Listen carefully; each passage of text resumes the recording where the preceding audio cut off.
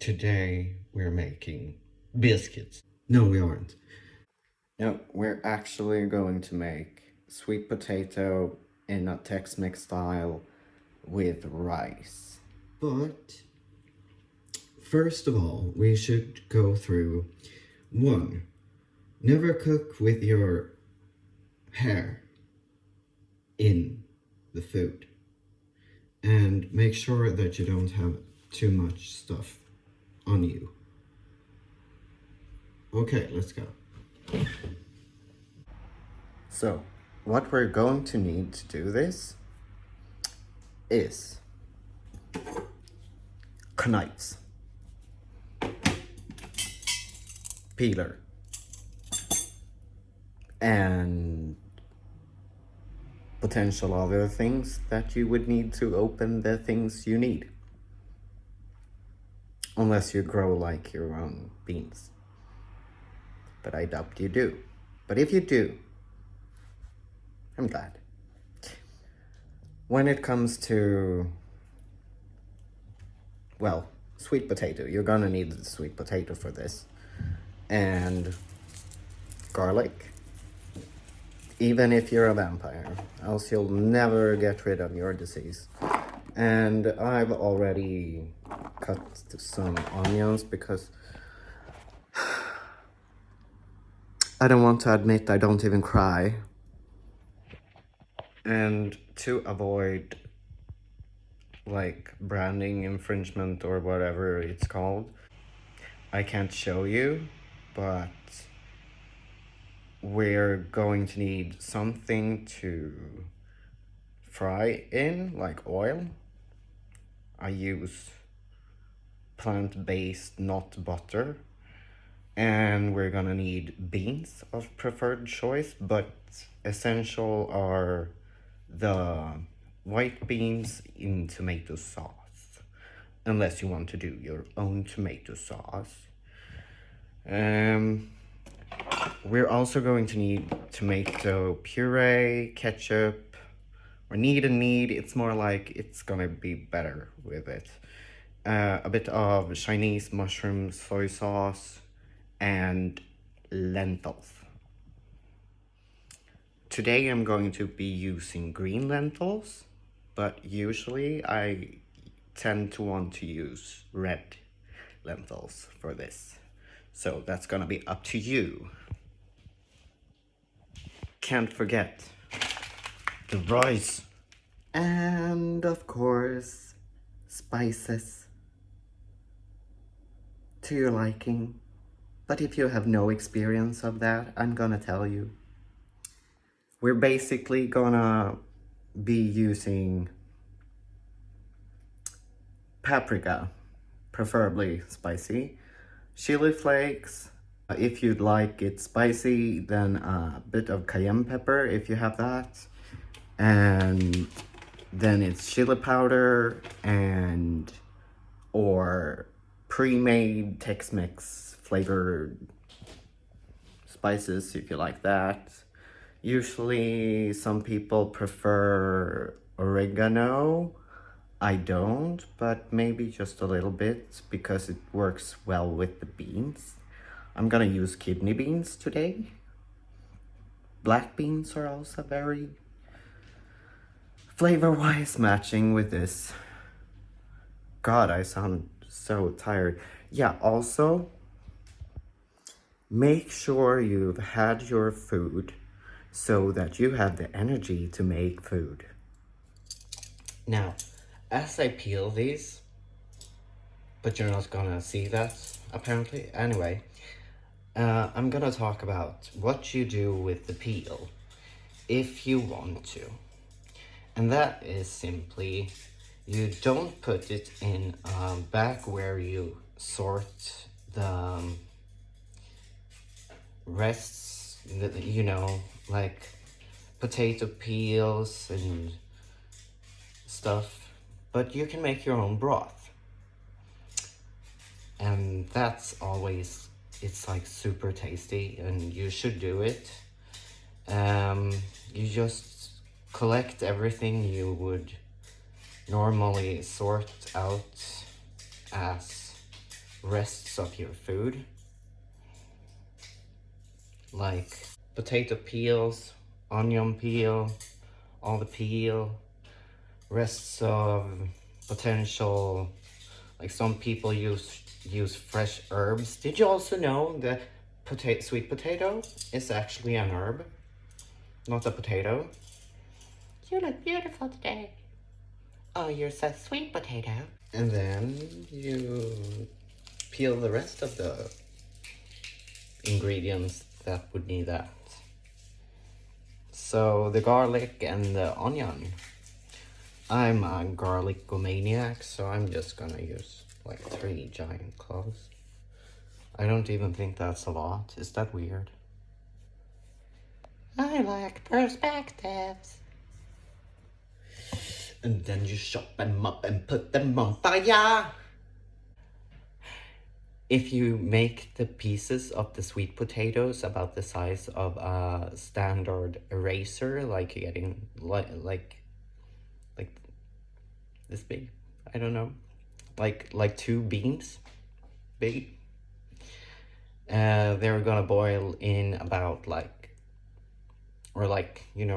full boil, but most of the time, like for half an hour, which means I'm not gonna tell you how to cook rice. I'm just gonna wave with a knife.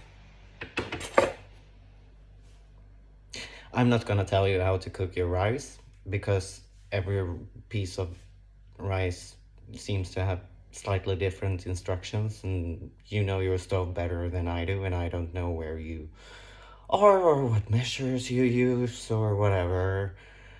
So, but per standard, I'd say you start to make the water for the rice when you already have the sweet potatoes just starting to cook.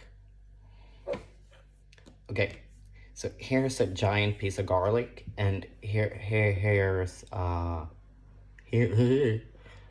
a piece of sweet potato, and they're going to be about that big. While you wait to fry your onions, you should, if you haven't already, considered what spices you would like to add. At this point, I use pepper mix, and I'm also going to use the tomato puree. If you use utilities like these, make sure you don't put them like this and then leave them, because it's plastic and you don't really want to eat that. Now, we're going to add some water in a few minutes, and if you were to prefer to add your pre-made broth to that, then do so, but it's not gonna be very needed, but it's going to enhance. You fry it on maybe 7 out of 9 or mid-warm, middle a lot heat. You add approximately as much water as the amount of sweet potato that we're going to use. About now is when you're supposed to start bothering about the rice. When you have added the sweet potatoes and they are going to boil, you add about half the amount of garlic of choice and some spices, preferably more herby spices, like if you like oregano, basil, paprika, and chili powder. I'm already going to add the chili flakes too. And then we just let it boil and cook on almost the highest amount of warmth your stove can produce after mixing in the herbs and spices. Also, if you happen to have pre-mixed barbecue flavored spices that you really like and prefer, like here we call it just grill, and it's not really the same as barbecue, it's not as smoky, but use that if you want to. If you use the one that's actually for Tex-Mex, you don't use that until basically at the last stage of this.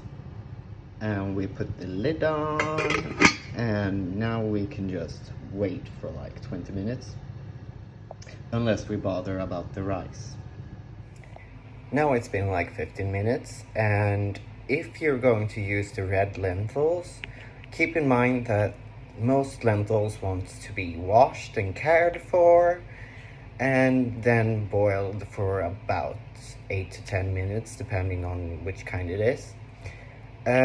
Fortunately for me, we have already kind of done that, so, but I thought it would be good to know. It smells amazing, and we're ready to turn down the heat just a bit, and then add our lentils. After adding the lentils, it's time for the rest of the garlic with your clean hands. And preferably your clean stove too, apparently. Then for the beans, I use kidney beans like mentioned, and white beans in tomato sauce, ketchup, and a bit of soy sauce.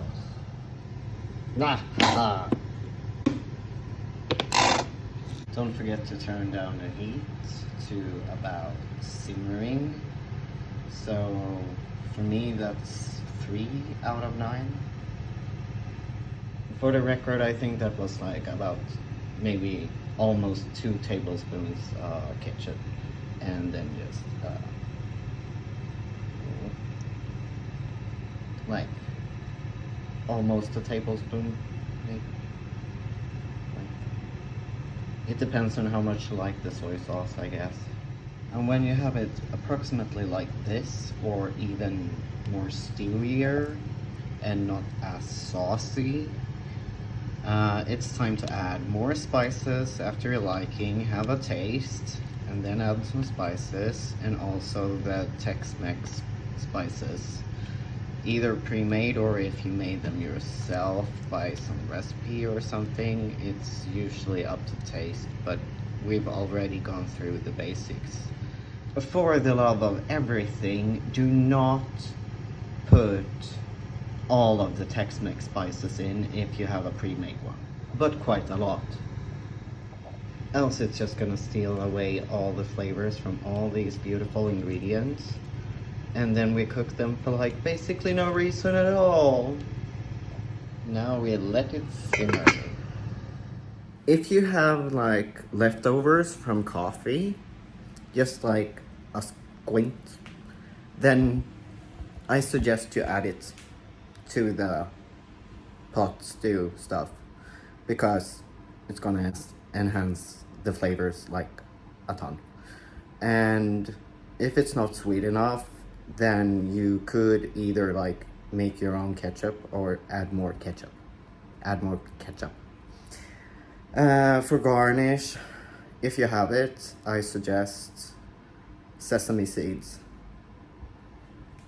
And then we're done.